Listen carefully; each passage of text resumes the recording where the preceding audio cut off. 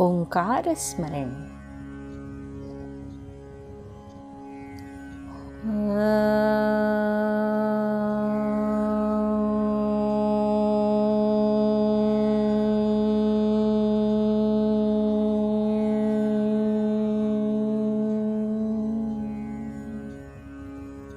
दोस्तों, एक बहुत ही बढ़िया सी कहानी सुनाने जा रही हूँ जिसका शीर्षक है अंतर ज्योति। किसी नगर में एक सेठ रहता था।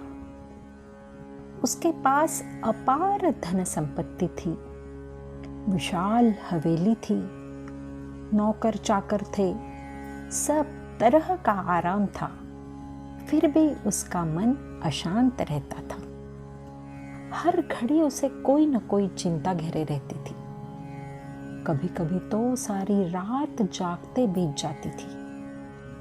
एक पल को भी उसकी आंखें नहीं लगती थी। सेठ उदास रहता। जब उसकी हालत खराब होने लगी तो एक दिन उसके एक मित्र ने शहर से कुछ दूर आश्रम में रहने वाले साधु के पास जाने की सलाह दी। कहा, वह पहुंचा हुआ साधु है, कैसा भी दुख लेकर जाओ दूर कर देता है। सेठ साधु के पास गया, अपनी सारी मुसीबत सुनाकर बोला, स्वामी जी, मैं जिंदगी से बेजार हो गया हूं, मुझे बचाइए। साधु ने ढाढ़स बंधाते हुए कहा, घबराओ नहीं, तुम्हारी सारी अशांति दूर हो जाएगी। प्रभु के चरणों में लौ लगाओ।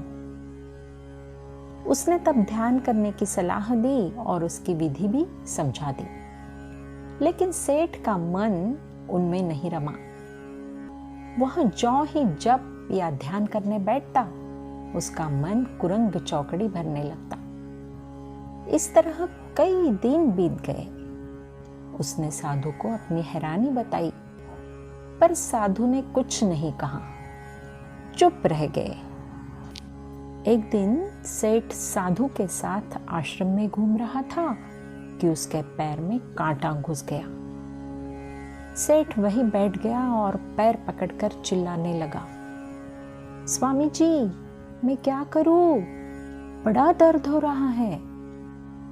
साधु ने कहा, चिल्लाते क्यों हो? कांटे को निकाल दो। सेठ ने जी कड़ा करके कांटे को निकाल दिया। उसे चैन पड़ गया।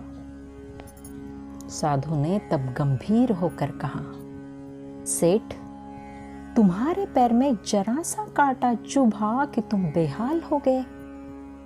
लेकिन यह तो सोचो कि तुम्हारे भीतर कितने और कितने बड़े बड़े कांटे चुभे हुए हैं। लोभ के, मोह के, क्रोध के, ईर्ष्या के, द्वेष के और न जाने किस किस के। जब तक तुम उन्हें उखाड़ोगे नहीं, शांति कैसे मिलेगी? साधु के इन शब्दों ने सेठ के अंतर में ज्योति जगा दी। उसके अज्ञान का अंधकार दूर हो गया, ज्ञान का प्रकाश फैल गया, उसे शांति का रास्ता मिल गया। धन्यवाद दोस्तों।